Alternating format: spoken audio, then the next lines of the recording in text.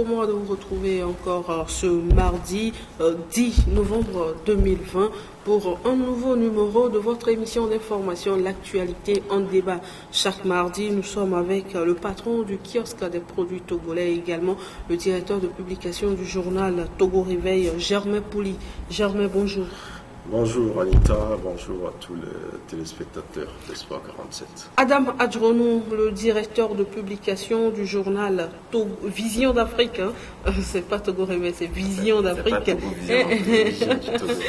Est également avec nous pour débattre de l'actualité dans notre pays, au-delà de nos frontières. Adam, bonjour. Bonjour Anita, bonjour téléspectateurs et téléspectatrices. J'espère qu'on se porte bien après la nuit passée à travailler. Oui, c'est toujours difficile, mais on tient les câbles. Eh bien, nous débutons avec la sensibilisation. L'actualité oblige coronavirus avec le nombre de cas actifs qui augmente dans le Grand Lomé. Plusieurs fois, nous avons parlé du relâchement, mais la sensibilisation, elle, continue.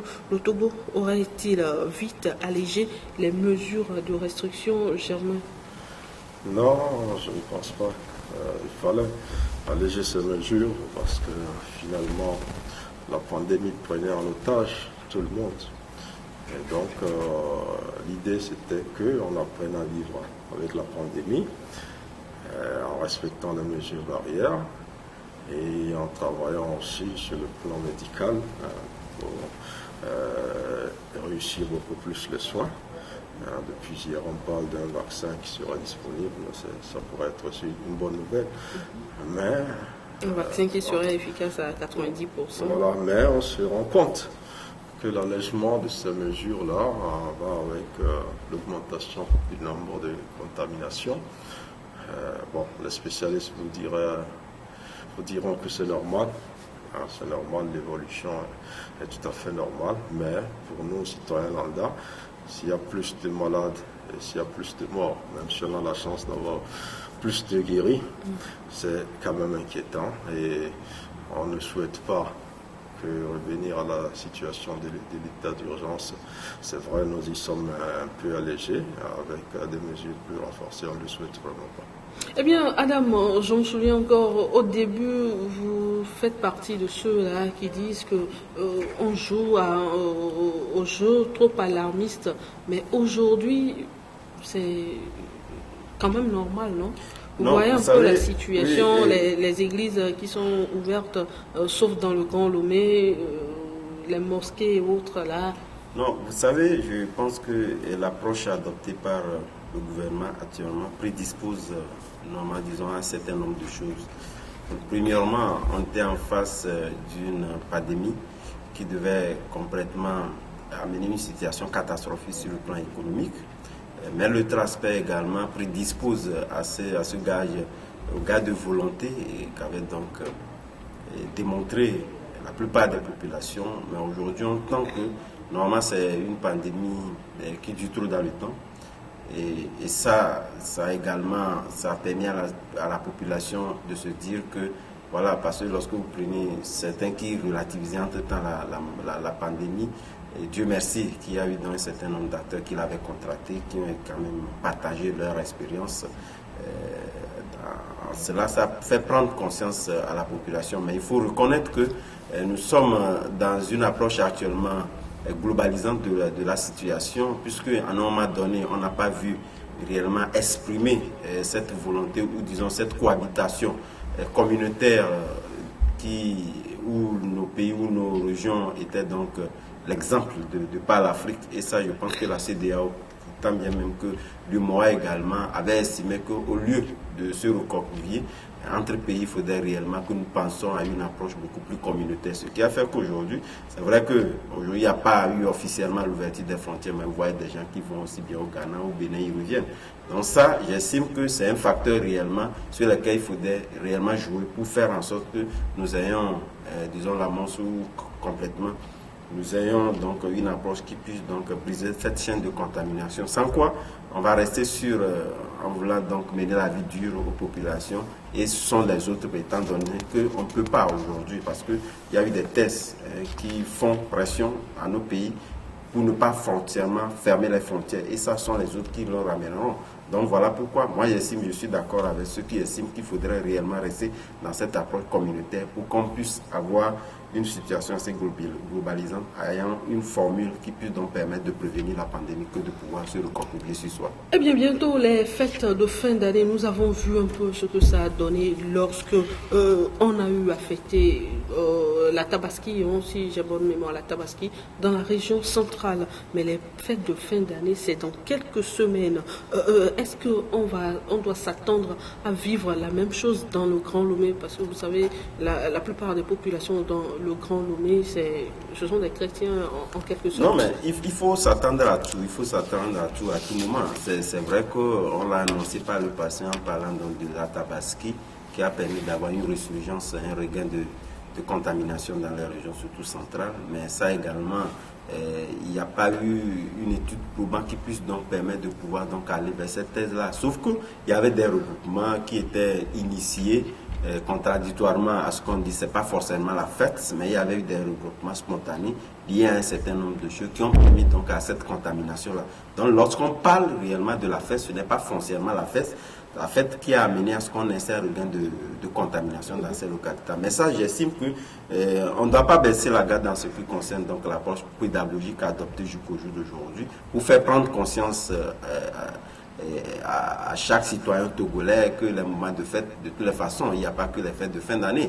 Il y a eu d'autres fêtes qu'on n'a pas connues, donc tel regroupement qu'on ne connaissait pas le parti, ça voudrait dire qu'il y a une prise de conscience. Donc il faudrait continuer dans cet élan-là pour faire en sorte que ces fêtes-là ne soient pas des lieux de regroupement en famille, nous partageons, parce que cela ne va pas venir désamorcer l'élan familial que nous avions toujours adopté. Sauf que en famille, vous avez des cousins, des cousines, c'est un peu plus des rassemblements. Tout à fait, de toutes les façons, cela n'a pas changé. Soit on se limite à la famille comme chez les Blancs. Oui, la famille biologique. Mais jusqu'au jour d'aujourd'hui, ce qu'il faut faire remarquer, c'est que ces visites-là n'ont pas cessé.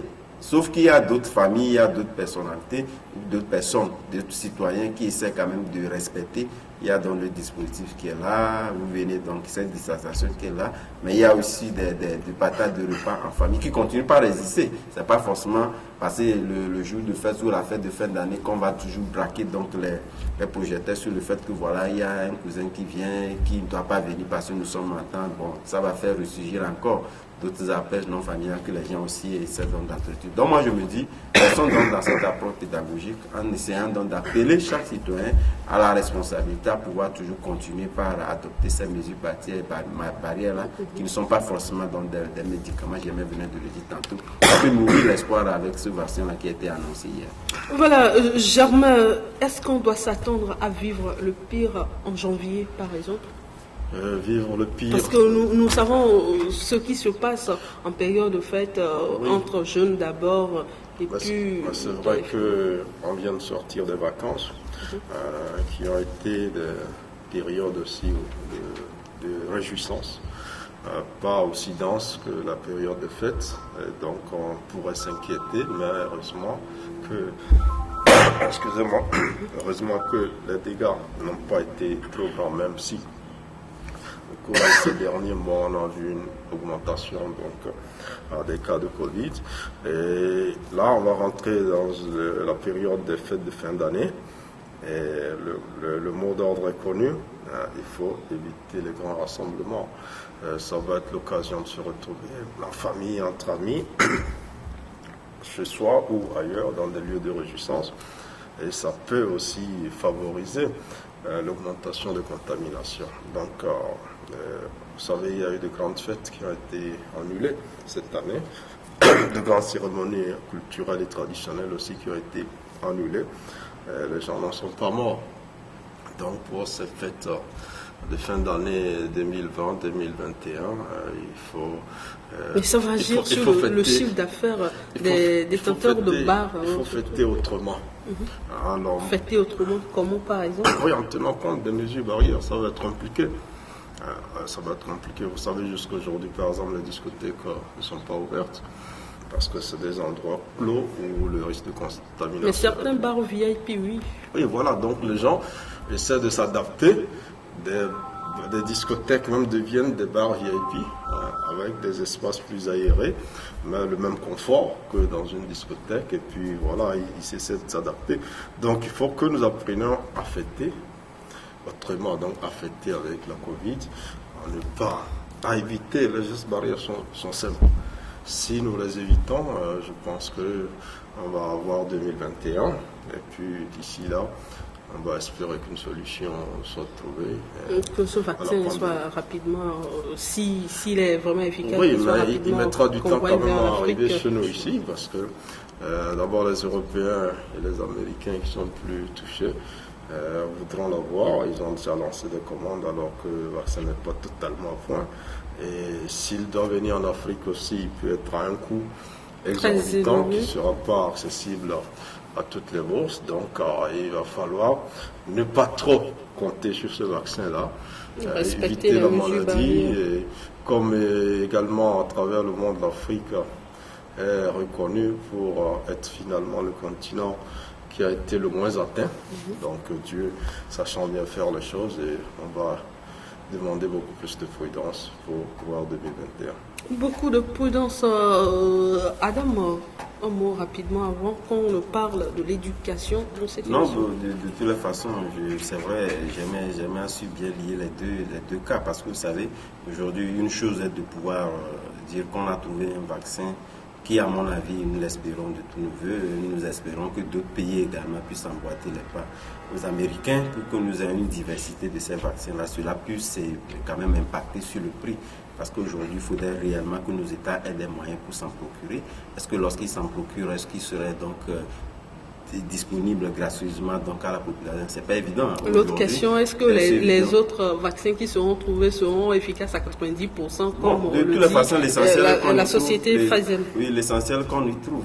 Puisque cette guerre de leadership qu'on a constatée, qui à mon avis a eu quand même à jouer un rôle prépondérant, disons, dans cette issue-là, parce qu'il y avait donc des jeux de clans qui se jouaient, font qu'aujourd'hui, vous l'avez vu, Donald Trump a su réellement rebondir. On avait voulu que son adversaire gagne avant. Donc, vous voyez, il faudrait quand même qu'on puisse donc taire cette divergence de vue pour permettre réellement que les autres, si réellement tel est qu'ils ont trouvé dans des vaccins qui puissent donc porter la solution à cette pandémie-là, pour qu'on puisse retrouver nos vies normales, serait quand même une bonne chose. Éducation, dans cette émission, les syndicats d'enseignants menacent toujours d'entrer en grève, même si le gouvernement a entamé des discussions avec eux. La menace de grève plane toujours. Fezen, après analyse, rejette le relevé de conclusion de la rencontre avec le ministre. Germain, les syndicats, est-ce qu'ils en font de trop? Parce que vendredi seulement, on a tenu une réunion, on a sorti le relevé, et dimanche en même temps, on dit on Bon, est-ce qu'ils en font trop? Non, parce qu'ils sont dans leur rôle. Mais est-ce que raisonnablement ils tiennent des positions qu'on peut soutenir? Là, on dirait non. Parce que le gouvernement a fait l'effort de maintenir le dialogue. Et la dernière réunion, le vendredi, à la dernière réunion avec les ministres de l'enseignement Cocorico de la fonction publique Bavara, ils se sont entendus sur la nécessité de revoir dans les meilleurs délais dans le protocole d'accord, en tenant compte évidemment du contexte sanitaire sur le plan national et international. Donc c'est une bonne chose. Et peut-être que ce que les syndicats qui menacent de faire la grève devaient exiger, c'est la célérité pour que cet accord-là, la révision de ce protocole-là, soit vite fait. Bon, maintenant, s'ils veulent aller en grève, alors que nous sommes déjà dans une situation complexe qui est inédite, on n'a jamais fait une rentrée dans ces conditions. Les gens se comportent comme s'il s'agissait d'une rentrée ordinaire. Donc, sur ce point-là, je pense qu'ils n'auront pas un grand soutien en ce moment où et les parents et le gouvernement, chacun veut et souhaite que la rentrée se passe bien. La grande préoccupation, c'est la sécurité des élèves et des enseignants. Donc, par rapport à la maladie, maintenant, si c'est pour l'amélioration des conditions de vie et de travail, je pense que ça va se faire dans ce qui est prévu lors de la dernière rencontre. Menacer d'aller en grève, si ça s'arrête aux menaces, je dirais, comme je le disais, ils sont dans leur rôle, mais passer à la grève, je pense que ça va être un mouvement qui ne sera pas totalement suivi, parce qu'il y a plusieurs syndicats donc, qui sont parvenus à cet accord avec le gouvernement. Il n'y a pas de raison que les membres de ces syndicats-là, qui sont au dialogue, acceptent d'aller en grève en suivant la FESEN. Alors, selon Germain, ce mouvement de la FESEN ne sera pas suivi si jamais ils mettaient en exécution leurs menaces. Adam, selon vous, est-ce que ce mouvement prendra effet? Si jamais ils décident d'entrer en grève malgré tout ce qui a été proposé. Oui, et à mon avis, la question n'est pas une question d'appréciation ou de jugement des actes des uns et des autres. Ici, il s'agit donc d'implémenter une nouvelle approche, de l'adapter donc à la situation existante pour réellement trouver des solutions qui tiennent dans le temps, des solutions pérennes. Parce que moi, j'ai toujours fait ce constat-là. Depuis 5 ou 6 ans, vous allez constater que nous avions toujours eu des rentrées mouvementées, des rentrées incertaines. Et c'est le cas actuellement, même si les premiers pas du ministre ont rassuré et ont permis aux uns et des autres de pouvoir prendre des classes, ils n'ont pas réellement oublié cette propension-là de toujours continuer par exiger. Et à mon avis, à un moment donné, c'était un peu de l'assurance. Et je l'ai lié naturellement au fait que les premiers pas de l'exécutif pour résoudre dans ce problème-là n'a pas véritablement été fécond. C'est ce qui continue jusqu'au jour d'aujourd'hui. Et les enseignants ont toujours raison parce que de la même manière, dès les premières heures, ils ont eu quand même à brandir donc, ce relan de grève et ont toujours eu, sont allés de surenchère en surenchère, ont toujours eu donc gain de cause. Mais aujourd'hui, je suis d'accord que certains, étant donné que le discours tenu par le gouvernement dès l'entame de cette pandémie a eu quand même écho favorable au niveau d'un certain nombre d'acteurs et qui estiment qu'aujourd'hui, c'est vrai, nous avons une économie charitaire, etc. Vous allez constater que la plupart de ces dirigeants de syndicats, lorsqu'ils sortent, ils reconnaissent en partie réellement que le gouvernement a eu des problèmes. Et j'estime, moi j'ai eu quand même à faire un recoupement où nous avions constaté qu'il y a eu quand même affectation. Lorsque vous prenez le budget qui va être voté en 2000, le budget de 2021 qui va être voté, vous allez voir qu'ils avaient quand même affectation sur des lignes budgétaires. Ça veut dire réellement que l'État a des difficultés. Et ça, la plupart donc de ces organisations syndicales partagent cette approche-là et estiment qu'il faudrait réellement donner le temps donc aux nouveaux dirigeants qui estiment être donc des dirigeants de rupture, qui veulent réellement trouver des solutions pérennes au lieu de faire du cas par cas.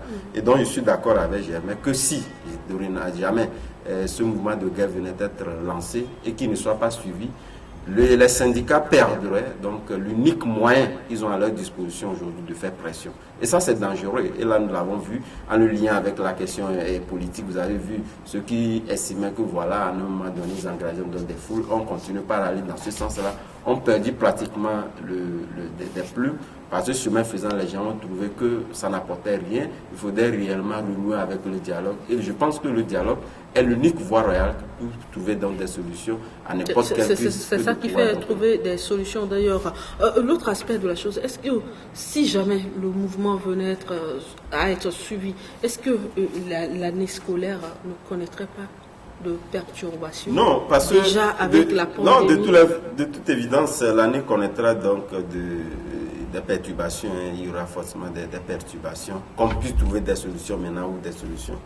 Et prochainement, je l'ai dit, parce que moi, j'ai étudié un peu le mandat ou cette démarche donc de ces syndicats-là, ils vont aller ressusciter autre chose. Mais connaissant donc la tacité du nouveau locataire des lieux, je ne pense pas que, disons, cette menace de rentrer en grève couvrirait le chine donc au professeur Kokoroko qui donc laisserait forcément ce dont a besoin donc les enseignants de pouvoir l'avoir. Comme je l'ai dit tantôt, ici il s'agit d'un acteur qui connaît bien le secteur et qui sait évidemment que, parce qu'il en a quand même fait les frais au niveau de l'université. Il a travaillé avec les capricieux à l'université. Au niveau de l'université de Lomé, où il y avait chaque jour des menaces de grève qu'au niveau des enseignants, qu'au niveau des étudiants, etc.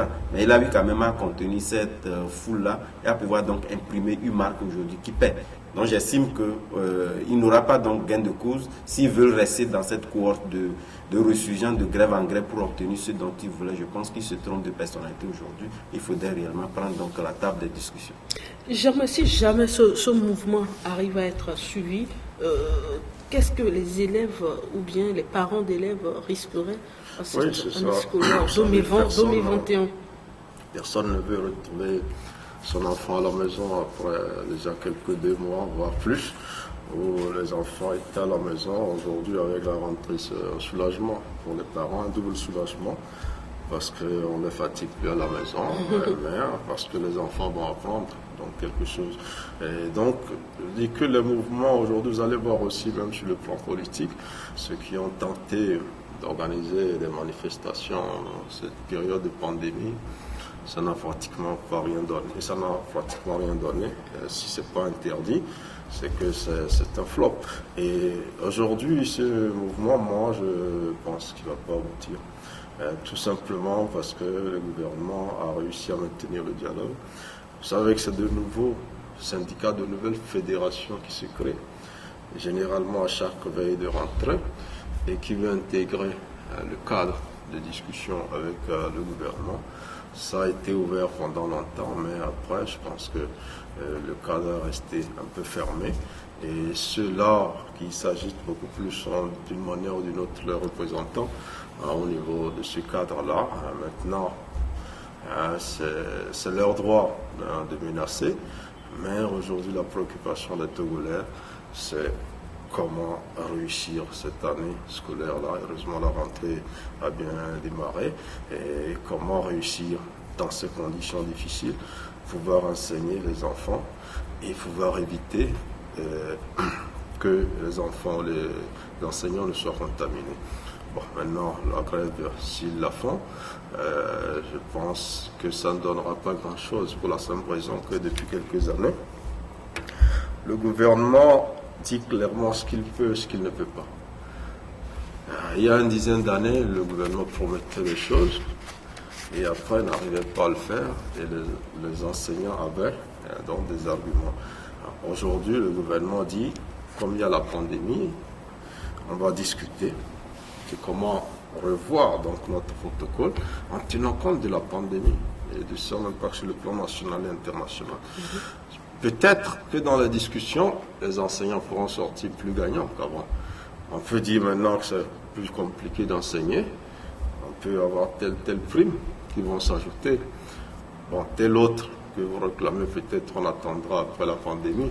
Ainsi de suite. Donc je pense qu'ils ont tout à gagner à demander plutôt que la révision de ce protocole-là se fasse le plus vite possible, plutôt que d'aller en grève. Là, aujourd'hui, c'est pas comme avant, quand on annonce une grève déjà la nuit, même la veille de l'entrée en vigueur de la grève.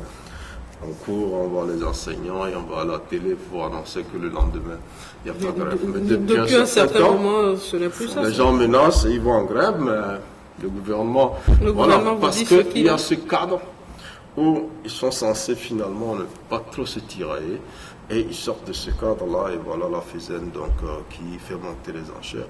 Et on espère que c'est juste une stratégie pour mettre la pression sur le gouvernement et qu'ils ne vont pas effectivement passer à la grève. Alors, Adam, quand vous parcourez un peu le document signé, vous voyez pour la partie des syndicats, le regroupement des syndicats, il y avait bien la FESEN dedans. Est-ce qu'ils n'avaient pas analysé la situation avant d'envoyer les représentants des syndicats en discussion? Non, mais en fait, ça c'est... Ou bien ils pensaient avoir autre chose? Non, c'est un peu, disons, cette marque-là qu'on n'arrive pas des fois à imprimer un certain nombre de dirigeants à la tête de ces mouvements syndicaux. Et ça, on peut le constater sur plusieurs aspects. Parce que lorsque vous lorsque on estime qu'on vous donne le manteau de dirigeant, c'est que vous imprimez une marque, vous devenez leader. Et ça, il faut savoir réellement imprimer cette marque-là. S'il faut réellement aller du désirata de la base, comme la plupart du temps certains veulent bien le faire, vous n'arriverez pas. Et ça, c'est un peu ça. Vous allez constater que c'est un mouvement qui est dans une sorte de dynamique. Nous nous rendons compte, c'est au vu de ce que décidera la base que nous allons faire. Le Saint-Fort également, lui, a implémenté la même chose, etc. Et ça, vous n'arriverez jamais à pouvoir avoir un consensus pour imprimer une marque. Voilà pourquoi nous disons, lorsque vous prenez la globalité de ces syndicats-là, vous voyez que la FESEN-CER ne peut pas faire le poids lorsqu'on les prend d'une manière globale. Donc, c'est beaucoup de syndicats. Hein? Oui, c'est en cela que moi je dis que je suis d'accord avec Germain en disant que c'est un mouvement, s'il venait donc à être déclenché, qui ne prendra pas. Parce que la plupart du temps, il y a beaucoup d'acteurs qui ont eu quand même à juger d'un certain nombre d'aspects, qui estiment qu'il faudrait réellement donc prendre en compte ce que dit le gouvernement aujourd'hui, en voulant donc imprimer en voulant donc trouver des solutions qui restent pérennes que de faire du cas par cas. Parce que ici, moi, j'estime que, comme on le dit la plupart du temps, l'homme n'a d'intérêt que dans le spontané. Et aujourd'hui, on veut réellement que ce qu'on avait dit puisse donc leur être octroyé, en oubliant qu'on peut réellement pouvoir implémenter d'autres champs qui leur donneraient davantage même de chance. Et j'ai toujours comparé cela avec les enseignants du supérieur. Il fut un moment, d'ailleurs, même où l'État avait estimé qu'il faudrait carrément diminuer leur salaire. Parce qu'on a monté la barre haute et que le ministre ou le président de l'université, ou entre-temps, même s'il n'était pas donc à l'avant-garde, c'est lui en fait où ces mouvements de grève l'a affecté. Puisqu'il était le responsable sur l'université, même si le ministre de l'enseignement supérieur chapeautait tout, c'est lui que ça affectait. Et ça, ils ont eu gain de cause plus qu'il ne fallait. Ils ont eu plus qu'il ne fallait. Donc je pense qu'il faudrait quand même tirer leçon de cette approche du supérieur pour qu'on ne puisse pas rester dans cette cohorte de grève en grève. Germain, s'il n'était pas d'accord, pourquoi avoir autorisé leurs représentants de poser la signature? Et c'est après 2 jours qu'on revient sur... En fait, généralement, quand les gens y vont, dans un cadre de discussion, ils sont beaucoup plus raisonnables. Parce qu'il y a des faits, des réalités qu'ils ne peuvent pas contourner. Et donc, ils signent. Et c'est souvent quand ils viennent faire la restitution à la base qu'il y a des membres, qui forcément ne sont pas des leaders, qui s'opposent. Donc là, vous signez quelque chose sur lequel vous êtes entendu, vous revenez, on a souvent écouté ça, vous dites que la base n'est plus d'accord. En fait, c'est comme ça qu'on présente les choses. Mais comme l'a dit Adam tout à l'heure, quand vous désignez quelqu'un, il agit en votre nom. Qu'il se trompe ou pas, vous devez l'accepter parce que c'est vous qui l'avez désigné d'aller. Peut-être que la prochaine fois, vous lui donnez un mandat impératif en lui disant concrètement ce qu'il devrait faire. Et soit vous lui dites, si on parle de ceci, cela, il ne faut pas signer en notre nom parce que nous ne sommes pas d'accord, il faut quitter la salle. Mais si vous êtes là et vous signez, après ça même fait que parfois on traite de vendus certains des représentants, on s'imagine des choses. On l'a vu avec des mouvements de voilà, grève. Donc c'est un peu dommage parce que la démocratie représentative n'a plus de sens dans nos associations. Vous désignez quelqu'un pour parler, agir en votre nom. Et maintenant, vous revenez dire non, vous n'êtes plus d'accord, c'est un peu dommage. Mais je pense que c'est une fédération qui a l'habitude de ces menaces de grève. Elle est dans sa logique. Pour moi, c'est une pression supplémentaire qu'elle veut mettre au gouvernement et que très bientôt, en tout cas, si on accélère avec la révision dans le meilleur délai de ce protocole d'accord-là, après, la FUSEM n'aura plus grand-chose à faire. La une des journaux, à présent, nous débutons avec Vision d'Afrique. Vision d'Afrique, cellule MCA Togo. Le Togo confirme son statut de réformateur en réalisant un progrès avec 15 indicateurs validés. Adam. Oui, je pense que avant même d'aborder ce sujet, il faudrait forcément évoquer les cas précédents, parce que lorsque nous prenons les 2 dernières années, le Togo n'avait pas atteint, il était un peu standardisé sur un score, n'avait pas atteint les 15 indicateurs. Et ça, je pense que sur plusieurs bon nombre d'aspects, où l'État également n'a pas caché son adhésion à pouvoir aller, on prend le cas de la bonne gouvernance, on prend le cas de la création d'entreprises et beaucoup d'autres cas. Puisqu'au finish, c'est de permettre aux Togolais de pouvoir vivre bien, de permettre aux Togolais de pouvoir donc avoir des moyens pour la création d'entreprises, avoir des moyens pour soutenir aussi la création des entreprises, etc. Et ça, je pense que c'est une note salutaire à mettre à l'actif du gouvernement qui a fait des efforts. Et ces efforts-là sont palpables. C'est vrai que d'aucuns estiment qu'ils ne le sentent pas réellement dans le panier de la ménagère, c'est vrai, mais on ne peut pas quand même globaliser cet aspect de la chose. Je pense que nous sommes Togolais, nous voyons quand même les pas qui sont posés. Vous ne pensez pas que c'est essentiel ça, là, qu'on ressent c'est essentiel, dans le panier de la ménagère, parce que c'est la base de toute chose. On est d'accord, mais je suis d'accord, mais de toutes les façons, aujourd'hui, il y a quand même eu une amélioration, si on veut être objectif. On ne peut pas aujourd'hui dire que ce qu'on connaissait il y a 5 ans, c'est la même chose qu'on connaît aujourd'hui. Il y a eu une rivalisation, d'ailleurs même un certain nombre de rivalisations qui avaient été dites. Aujourd'hui, je pense que lorsque vous prenez la couche la plus défavorisée, il y a beaucoup d'actes qui sont posés son encontre, qui font aujourd'hui que certains sont sortis au lieu d'aller dans l'extrême pauvreté, peuvent aujourd'hui être dans la pauvreté, d'autres ont encore amélioré leurs ressources. Donc je pense que chemin faisant, ça arrivera. Mais aujourd'hui, je pense que cette note est assez sanitaire et a eu des impacts et est assez visible sur ce panier de la ménagère là même. Peut-être que ce n'est pas à la hauteur des souhaits, mais on ne peut quand même pas les négliger. Alors, Germain, ce résultat se reflète sur le panier de la ménagère. Vous estimez? Bon, le panier de la ménagère est difficile à évaluer hein, parce que tout le monde parle de ce panier et la ménagère c'est qui? C'est vous, c'est moi, c'est la dame dans le quartier, c'est le monsieur qui est dans l'angle de la rue et tout ça, c'est ça la ménagère. Est-ce que les Togolais vivent mieux? Pour certains, oui. Pour l'opposition, elle vous dira non, que rien ne marche, que les Togolais sont malheureux. Mais il y a des signaux qui ne trompent pas. Vous savez, les gens dépensent beaucoup plus aujourd'hui qu'ils ne dépensaient avant. Les gens aussi, quand ils font le point, parfois ils dépensent plus que ce qu'ils gagnent réellement chaque mois. Donc ça veut dire quelque part, il y a un apport qui vient de l'environnement qui est propice donc aux affaires. Donc je pense que aujourd'hui l'entrepreneuriat des jeunes est assez avancé. L'entrepreneuriat des Ça, il faut le reconnaître. Des femmes aussi. Donc on voit des Togolais. Le Togolais n'est plus dans cette mentalité d'étudier, d'étudier, aller travailler pour quelqu'un. Sortir. Et ça, on ne va pas dire qu'on ne crée pas la richesse avec ça. On crée de la richesse. Et la richesse permet de combattre la pauvreté, de bien manger, de se soigner, d'acheter une moto, d'acheter une voiture, de se marier, d'acheter du ciment pour faire une pièce salon quelque part. Sur un quart de l'eau. Il faut s'acheter le terrain d'abord. Voilà, oui, sur un ça, quart de ça va l'eau, de pair. j'enchaînais. Donc, c'est pour dire que quand on voit le nouveau quartier se créer, et vous dites que les gens ont de l'argent, parce que moi, j'ai vu les quartiers il y a 4-5 ans. Je suis retourné après, je n'ai pas reconnu, il y a des centaines de maisons qui ont poussé de partout. De belles maisons en plus. Oui, et puis c'est des jeunes, donc vous voyez, des jeunes qui se battent, qui font des choses. Et bon, quand on vous dit que ça ne marche pas, on vous dit non, que ça ne marche pas. On ne trouve pas à manger, on ne peut pas construire. On ne trouve pas à manger, On dirait peut pas. que c'est sur des prêts. Oui, Mais mais c'est quand l'environnement qui a on fait permis le d'avoir prêt, ce prêt. c'est parce qu'on peut rembourser. C'est pour ça qu'on vous fait le prêt.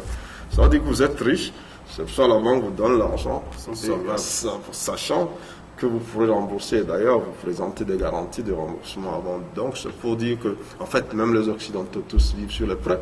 On a l'impression qu'ils sont heureux maintenant. Ils vivent avec des salaires qu'ils doivent gagner dans 2 ou 3 ans. La belle voiture que le blanc achète, qui vient de sortir, il l'a fait en 4 ans.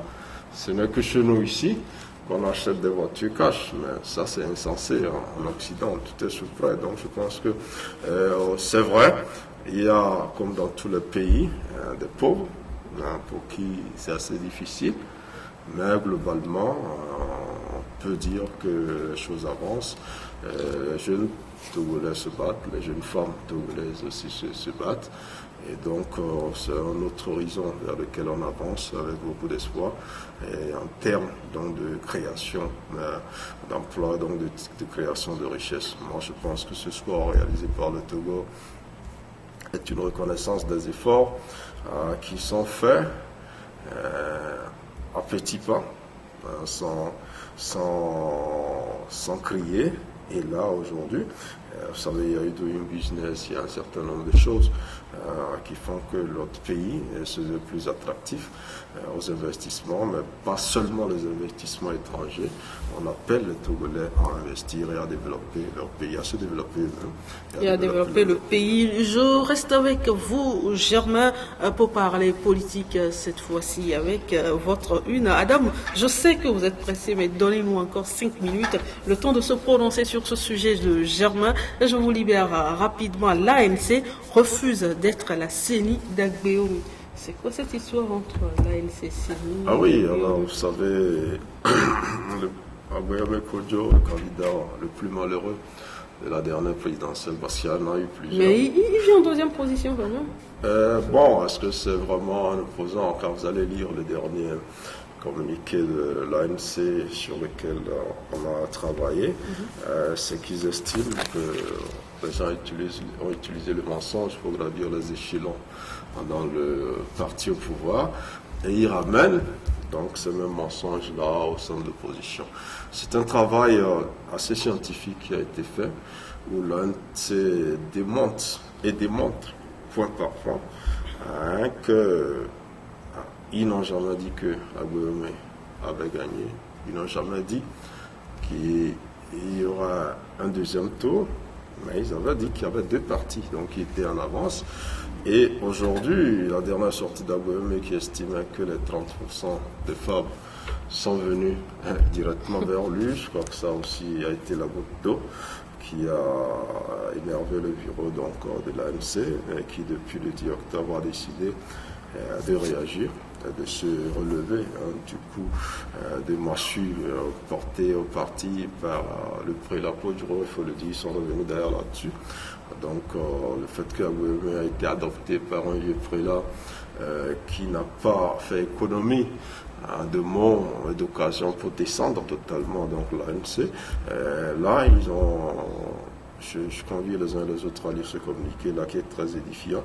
Et en résumé, le communiqué il se trouve dans le journal? Oui, en réalité, l'ANC dit c'est pas à nous de donner à Agboueme ses résultats. S'il les a, qu'il les donne. Ce n'est pas.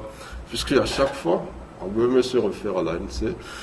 Alors, je crois que l'article est à lire à la page 5 de votre journal paru vendredi. C'est dans les kiosques à 250 francs, j'estime. Adam, un mot rapidement avant. Non, je pense que c'est normal que l'ANC puisse donc réagir ainsi, sauf que je pense que c'est un peu antinomique par rapport à la démarche normale d'un parti politique qui essaie donc d'étudier un peu le terrain, d'étudier un peu les pas avant même d'aller à des alliances, etc. Et ça, je pense que ça a beaucoup affecté la politique que soit au Togo partout ailleurs. Et comme j'ai l'habitude de le dire, la politique aujourd'hui est une science, ça ne s'improvise pas. Et lorsque vous ne connaissez pas donc les agissements, vous ne connaissez pas à fond celui avec qui vous voulez aller même dans une coalition, vous risquez réellement de perdre les plumes et de le perdre ensemble. Et ce que nous constatons aujourd'hui. Donc cette sortie de l'ANC, certes, elle peut être jugée bien bonne, mais moi j'estime que c'est une sortie qui vient donc aux antipodes. Et ça, c'est les mêmes erreurs qui se répètent et ça produit forcément les mêmes effets. Et c'est ce dont nous assistons, parce que cela ne les dédouane pas entièrement. Merci à vous, Adam. Ce n'est pas encore la fin de cette émission, mais Adam est appelé à d'autres charges. Ouais. Merci à vous d'avoir fait le déplacement. J'espère vous retrouver mardi prochain. Avec très grand plaisir. Eh bien, chers téléspectateurs, nous continuons cette émission, mais nous allons parler cette fois-ci du kiosque des produits togolais. Nous avons l'habitude de parler du kiosque en début d'émission, mais compte tenu de la situation actuelle, nous avons préféré parler du kiosque en dernière position. Germain, bientôt les fêtes de fin d'année. Nous sommes déjà aujourd'hui le 10 novembre. Le 25 décembre, c'est dans quelques jours. Qu'est-ce que vous nous réservez au kiosque? Voilà, c'est plein de surprises. Les fêtes de fin d'année vont d'abord avec la bonne nourriture et la bonne boisson. Et donc, en termes de nourriture, il y a les Togolais qui ne cessent d'innover. Et donc, ils mettent sur le marché un certain nombre de produits qu'on peut cuire assez facilement. Donc, vous avez aujourd'hui du riz togolais de grande qualité et dans une grande diversité. Vous avez différentes farines aujourd'hui qu'on peut déjà bien emballer, qu'on peut préparer assez rapidement. Et puis, le plus important, c'est au niveau des boissons. Il y a des gammes assez variées de boissons produites. On avait vu des boissons la dernière fois sur le plateau. Togolais, j'ai failli revenir avec 2 jus exceptionnellement aujourd'hui. Il y a le Yep jus et puis 8 jus qui sont des jus avec un cocktail de plusieurs fruits et avec un parfum et un goût assez délicieux. Et donc il y a une gamme de jus et de boissons, même alcoolisées, que vous pourrez trouver dans le kiosque. Maintenant, côté artisanal, nous avons de jolis sacs. Pour les femmes, nous avons quelques tenues aussi, que des couturiers ont bien voulu confectionner pour le kiosque. Et donc, les hommes et les femmes pourront trouver quelques fringues authentiquement togolaises à se mettre donc sur le corps. Et d'ici début décembre, 15 décembre tout au plus, je pense qu'on va avoir des arrivages parce que c'est la saison des ventes, c'est la saison où les producteurs aussi offrent plus d'opportunités aux consommateurs. Et donc d'ici début décembre, 10-15 décembre tout au plus, nous allons espérer organiser aussi des promotions spéciales avec des réductions sur certains articles. Nous sommes en train d'en discuter avec les producteurs. Est-ce que les producteurs seront d'accord? Bon, à l'occasion du mois du consommateur local, alors ça n'a pas été possible parce que plusieurs producteurs n'avaient pas adhéré, mais je pense que pour les fêtes de fin d'année, on pourra obtenir ce geste-là de leur part pour que le produit s'écoule un peu plus. Ça va être le cadeau de fin d'année aux consommateurs togolais. Et la cafette, le 24 décembre par exemple, après la messe, ou le 31 décembre après la messe, est-ce que les gens pourront faire un tour à la cafette, prendre oui, un petit café, un thé togolais, un café, bon, on verra. Ou on peut simplement acheter la boîte et aller la consommer tranquillement. Mais vous savez, avec la pandémie aussi, et au niveau de l'espace, on n'a plus assez de tables. C'est le service minimum qu'on fait. Et donc, on ne mise pas trop sur une grande foule au niveau de la cafétéria, mais on serait heureux d'accueillir ceux qui ont envie de passer par chez nous pour se faire plaisir avec les produits togolais. Eh bien, où pouvons-nous trouver le kiosque? Parce que c'est l'occasion. Voilà, le kiosque est à Idjranawe, sur la rue qu'on appelle la rue du Grand Séminaire. C'est la rue qui quitte la station T-Oil du marché d'Idjranawe et qui va directement à la résidence du Bénin. Donc, vous dépassez la pharmacie Idjranawe, vous dépassez le Karaté Club et puis vous trouverez le kiosque à 100 mètres. C'est juste en face de l'établissement Vin d'Italie. Alors Germain, quelqu'un qui a envie d'avoir des produits togolais chez lui le jour de la fête par exemple, est-ce que cette personne pourra directement vous appeler pour des livraisons? Voilà, oui, nous livrons et on a commencé les livraisons ce week-end. On n'en faisait pas, mais on a commencé. Il y a des clients qui nous ont appelés. Donc on s'entend sur la distance et puis ils nous font une proposition. Généralement qu'on ne refuse pas. Donc on a eu quand même à livrer 3 clients ce week-end et je pense que désormais ça va être un acquis. Donc pour ceux qui commandent à partir d'un certain montant, on pourra livrer gratuitement. Mais ceux dont les commandes ne sont pas assez importantes, ils vont devoir contribuer un peu donc pour le déplacement de notre coursier. Eh bien, les numéros nous sommes au 90 02 76 54, 90 02 76 54. On peut envoyer les SMS ou les messages WhatsApp ou bien uniquement appel. C'est plus efficace, les messages, mais on peut appeler. Eh bien, Germain, merci à vous d'avoir participé à cette émission. C'est nous qui vous remercions. Merci encore une fois à la direction générale de 47 pour cette opportunité qu'elle nous donne de faire la promotion des produits togolais ici en live. Chers téléspectateurs, c'est donc fini pour l'actualité en débat de ce mardi. Rendez-vous jeudi à 10h pour un autre numéro. Au revoir.